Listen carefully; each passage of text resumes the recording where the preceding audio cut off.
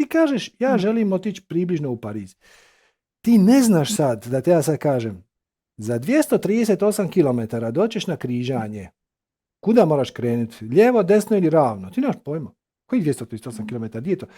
Ali znaš da ako sjedneš u auto, kad dođeš do tog križanja, znat ćeš. Jer će ili biti tabla, pa će pisati ono F, francuska granica desno, ili ćeš nekog pitat. Ne moraš znat sad. Sve šta treba je biti potpuno siguran, van svake sumnje, da kad dođe taj trenutak ćeš znat. A sada se apsolutno fokusiraš na cestu koja je ispred tebe. Samo na sljedećih 50 metara i ne brineš se gdje ćeš morat skrenuti za 700 km.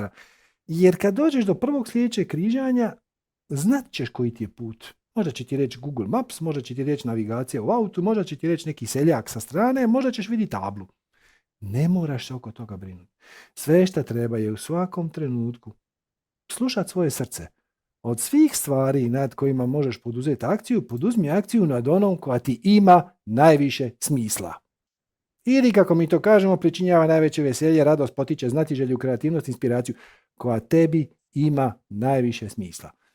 Ponudi se 5 stvari i ti kažeš, znaš šta, meni najviše smisla ima ovo. I samo počneš to raditi bez očekivanja rezultata, bez insistiranja da te to mora negdje odvesti, dovesti neki konkretan rezultat, privući neke konkretne ljude. Samo to radiš najbolje što možeš sa punim poštenjem, dokle god to možeš, dok ne potrošiš tu nit, dok ti to ne prestane biti najuzbudljivija moguća stvar. I ako se manifestira nešto što nije ti baš po ukusu, daš tome pozitivan predznak.